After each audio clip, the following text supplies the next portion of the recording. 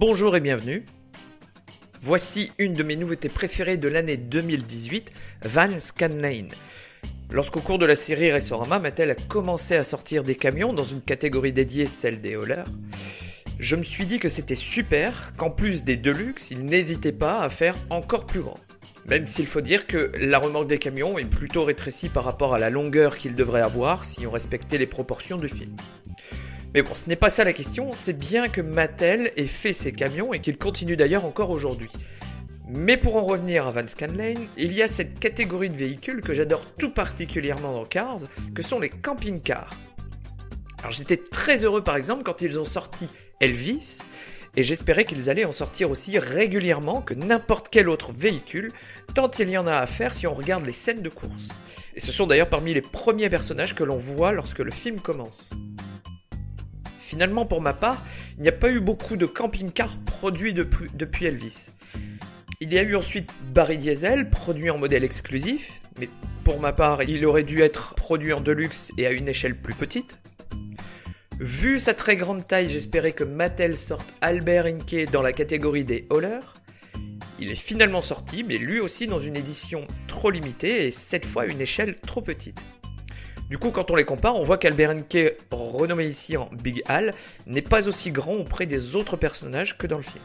Et que dire alors des magnifiques Convoy Brothers, cette fois à l'échelle correcte, mais malheureusement eux aussi sortis dans un coffret collector, trop rare et trop cher. J'ai donc été assez déçu toutes ces années par Mattel qui a délaissé ce type de véhicule dont j'espérais une catégorie dédiée. Heureusement, depuis quelques séries, Mattel améliore les choses puisqu'ils se servent de la série Deluxe pour en produire un de temps en temps. Et on commence enfin à avoir une belle petite collection de camping-cars. Alors Van Scanlane est donc le nouveau camping-car de l'année 2018. Il remplit bien son blister, il est plutôt massif. Et comme vous pouvez le voir, il a aussi une piston cup sur le toit. Et il est censé avoir 2 drapeaux. Ces drapeaux sont bien présents. Il y a des encoches dans le blister pour les accueillir. Voici le premier. Et le deuxième drapeau qui est ici en dessous. Et voilà à quoi ressemble rapidement le dos du blister.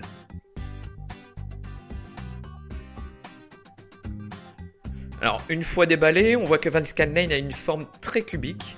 C'est un véritable poids lourd puisqu'il est entièrement en métal.